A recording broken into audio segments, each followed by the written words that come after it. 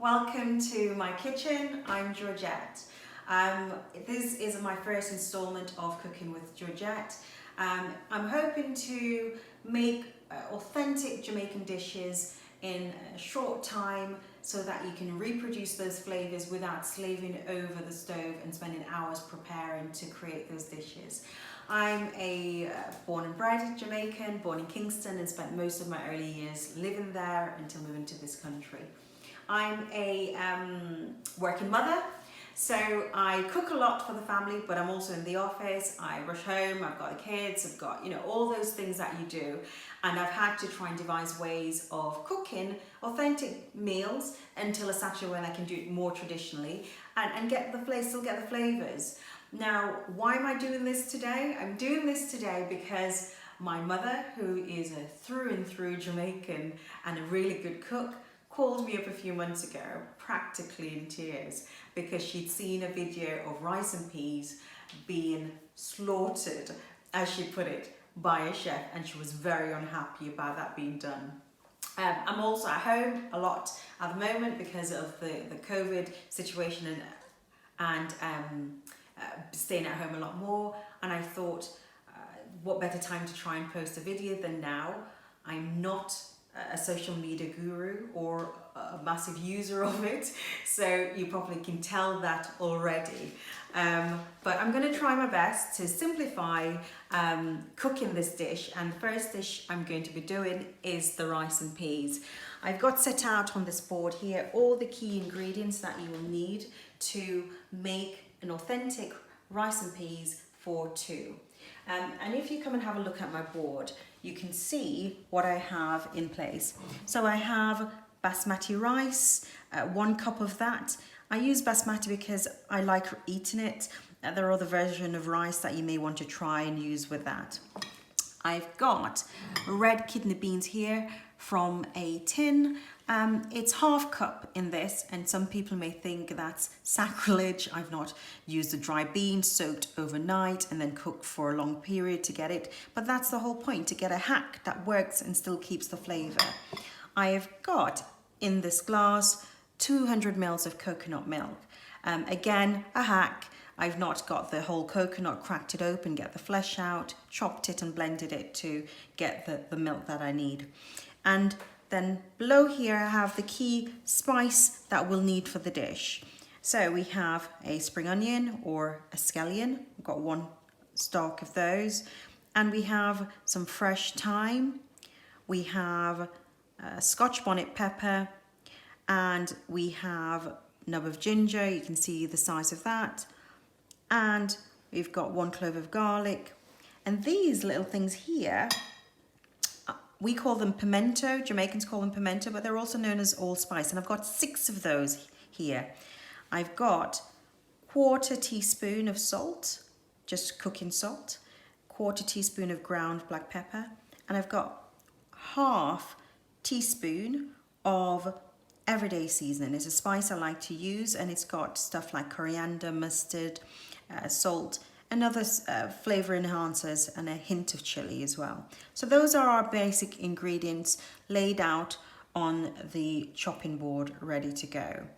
A cheat that I tend to do when I'm making my rice and peas, I tend to soak the rice first in hot water. So I'm going to flick the kettle on, if I can do that, so that we can soak the rice and peas in some hot water whilst you're getting the beans or the coconut milk and all the other ingredients ready to put the rice into. And it just means it reduces your cooking time when you come to put the rice in the pot itself.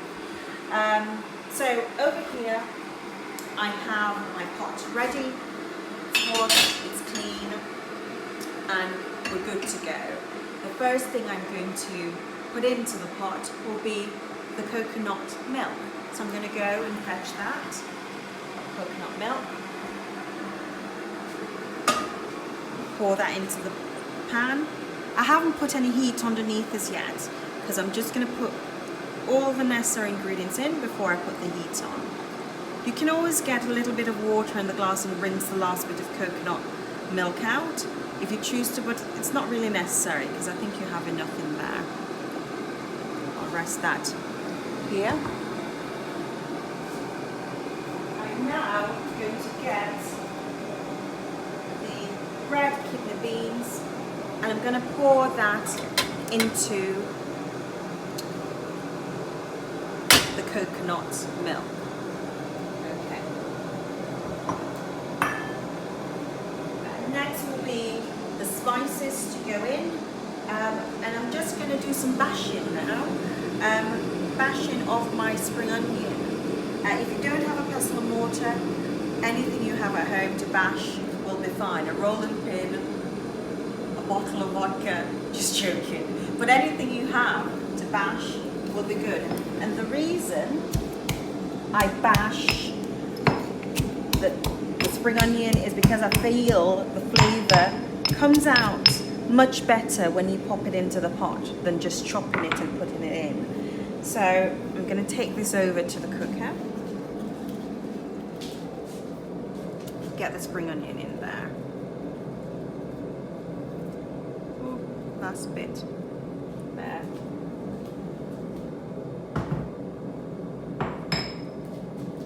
And I'm just going to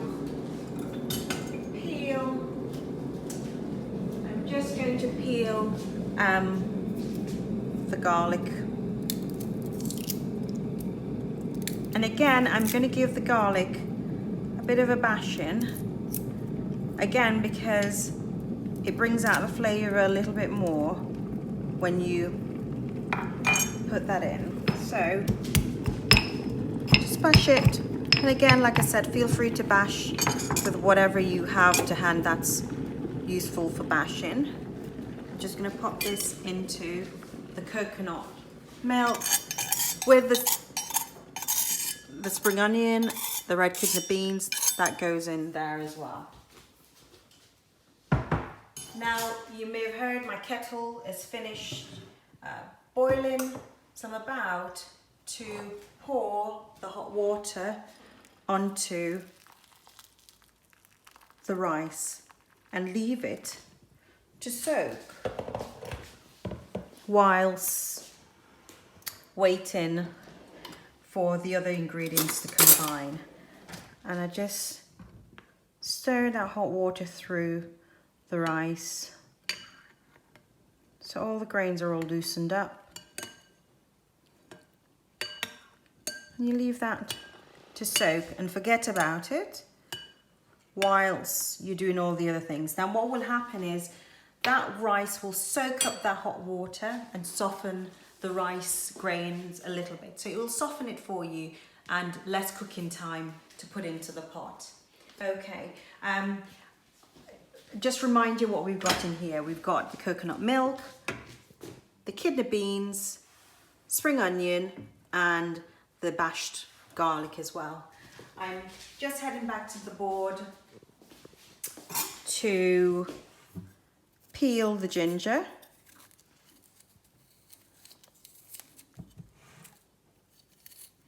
I'm going to peel and chop this, and what's really lovely about this, not everyone might like this, but I like when I'm having my rice and peas and a surprise nub of ginger pops up in my mouthful. I really enjoy that. Ooh, watch the finger. So I've chopped those up, and now I'm going to also pop that into the pan with all the other things I've put in already. Now, next I'm going to put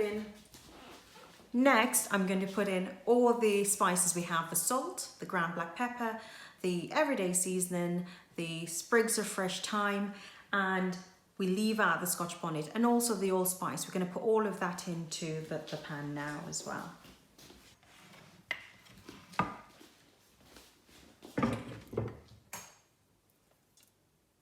No, thanks. And then all the spices goes in. Salt, ground black pepper, everything goes in. It's great.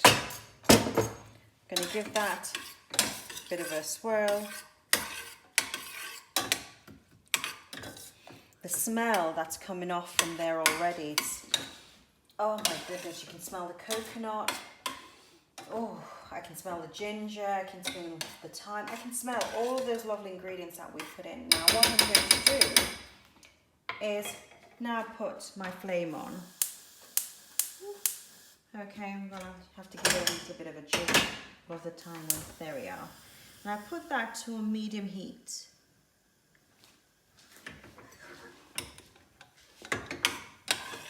I'm gonna wait for that to start to bubble, and I'll put the lid on that and leave that there just to simmer.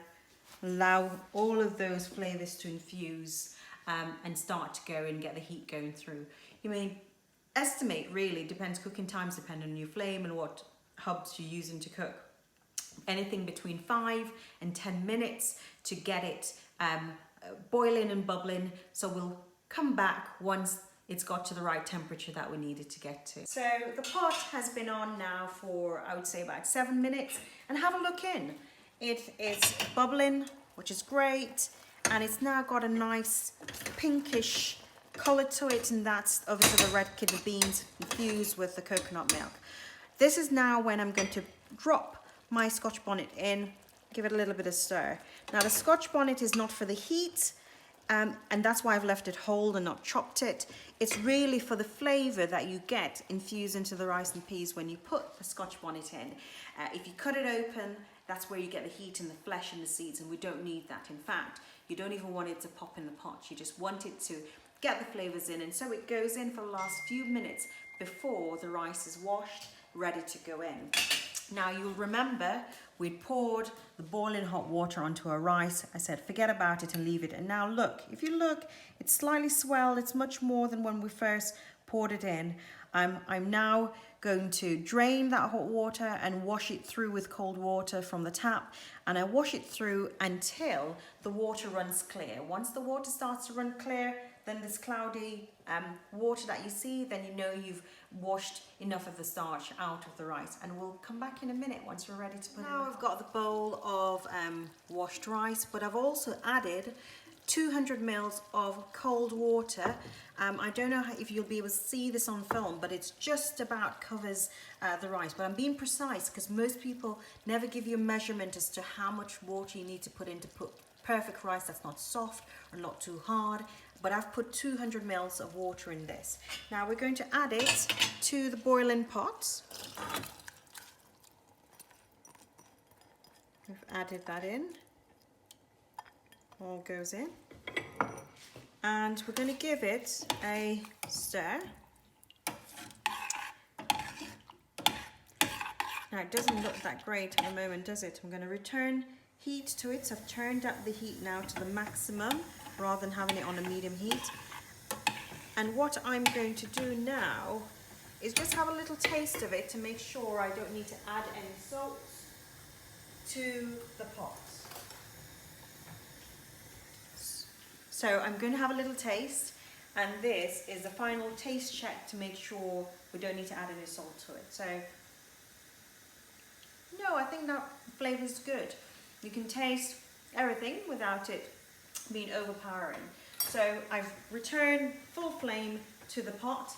We've still got the whole Scotch bonnet in there, but we have to be mindful that it doesn't pop, but we'll leave it to sit there in a mixture. I'm going to return the lid to that, and we'll allow it to boil until most of the liquid is been soaked up by the rice, and so you have to stay close by and check it. I'm going to check back on this in about, I would say, 3 minutes, just to see where we're up to with the liquids, and then we'll come back again. Thanks. Hi, we're back. I think our rice is completely ready. I checked it at 5 minutes and it still needed to soak a little bit more. The grains weren't quite right.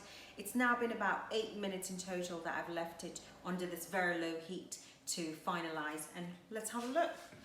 Bring it forward, take the lid off. Oh, perfect. And just have a little taste of that.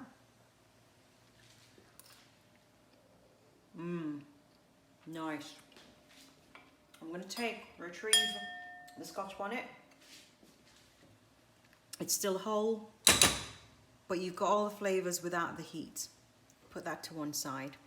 I'm going to plate some up so you can see how it looks. I'll be back in a minute. We've got perfect bowl, if I may say so myself, of rice and peas. It's perfect. The grains are all separate. It's not soft, it's not too hard. The flavours are all there. There's a nub of ginger. I like to talk about having a surprise nub of ginger. You can see it here. You can see the the fresh thyme. You can see a bit of spring onion there, scallion. I'm really happy with that. I hope you go out and have a try of it. I think I've simplified it so you can get authentic rice and peas. And you can put that with any sort of usual meats you may want to put with it. Usually we'd have curried goat, jerk chicken, fried chicken, my favourite, don't tell anyone. And that's it. I hope you've enjoyed the video. Like I said, let me know. In terms of taste, it's the right amount of flavours you have there, but obviously some people like a little bit more salt, they can add that to it, but I wouldn't add any more for the measurements that we've done. And you've got a pot of rice for 2 people. You're not cooking mass amounts of it. It takes you less than half an hour to do. You don't have to do any crazy prep, and you've got authentic meal that wraps you warm and a lovely plate of food. Thank you, subscribe, and let me know what other dishes you'd like to see. I'm happy to try those out and get exact measurements for you. Take care. Bye.